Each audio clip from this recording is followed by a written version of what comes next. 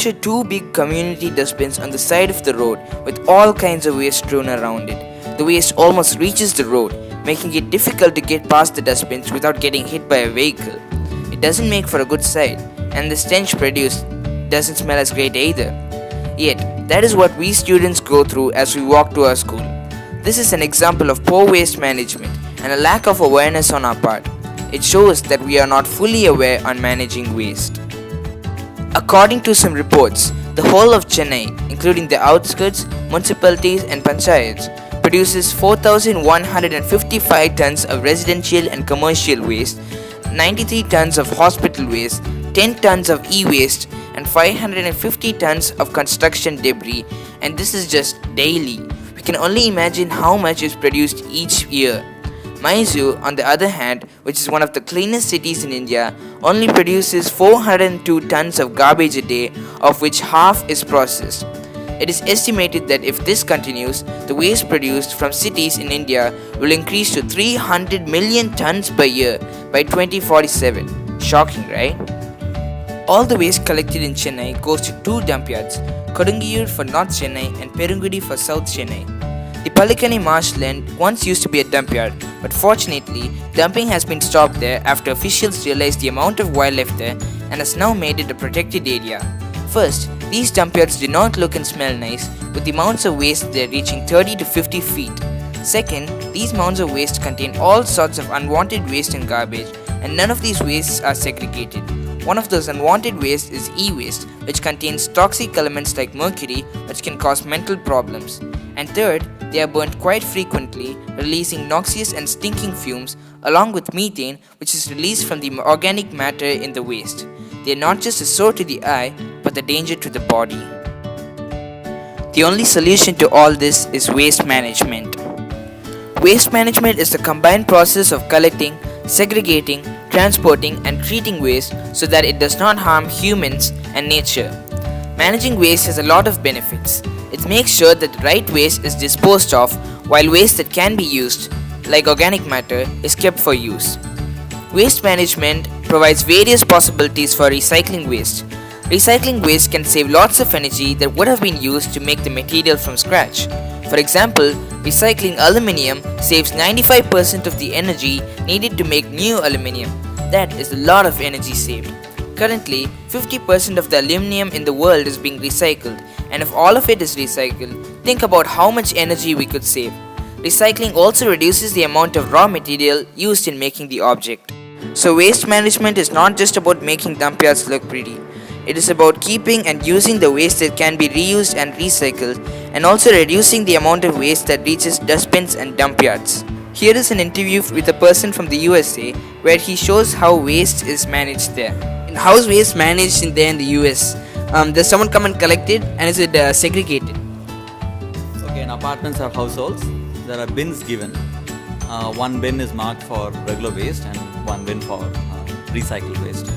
And the products also come with bottles and packages come with recycle symbol.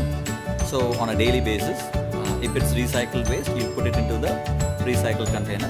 If it is a regular household waste, including landscaping, grass or flowers or things like that, you put it into the regular waste. And on a weekly basis, it is collected by the county or by the local cleaning bodies or cleaning organizations.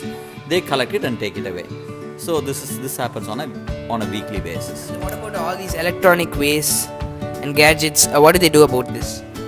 Okay, electronic waste. What I do is I keep it in the garage, and including batteries, old TVs, old laptops. These things I keep it in the garage, and on a semi-annual basis, like either I do a spring cleaning or during Christmas time I do some cleaning. What I do is I take them and give it in the junkyard. So in the junkyard, they have special bins marked for electronic waste, paints, batteries, these kinds of things. They have separate bins. So I put them over there and they collect it and they process it. So this is what happens to these electronic gadgets, paints and all other items, which are not regular household, but these are like special wastes. From this interview, we can see that managing waste there is very organized. They even have a separate system to take care of the e-waste where they segregate it. The e-waste is then taken from these dump yards to recycle centers where the toxic substances are taken out and the metal is made into something else. But how are the people there aware of disposing waste when so many people here do not know?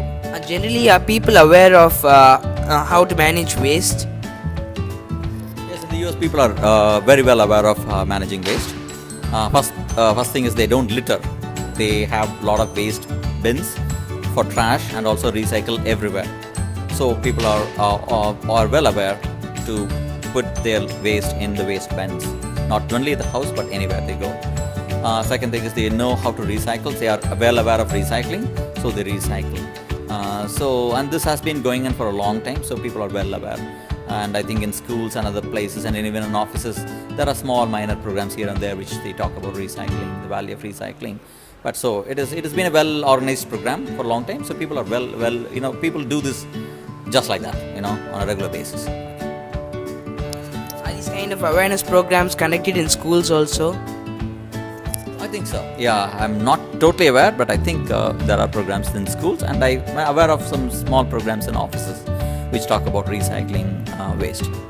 We can see that there are many recycling centers there that people know about, while here, many people, including me, do not know about the recycling centers here. This clearly shows that we should create awareness among people about segregating and recycling. This is not to say that our cleaning system does nothing. After the Vada cyclone, leaves, branches and even huge trees were strewn on the road.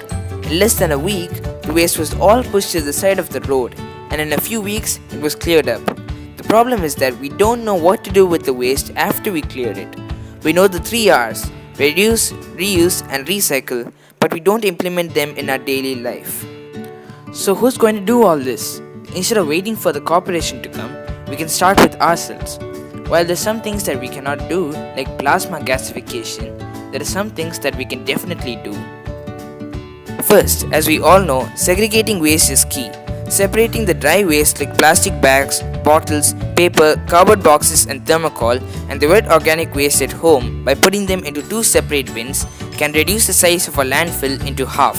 We should practice this in all commercial establishments, offices and schools as well. You can use the organic waste as compost so your plants will grow strong and healthy.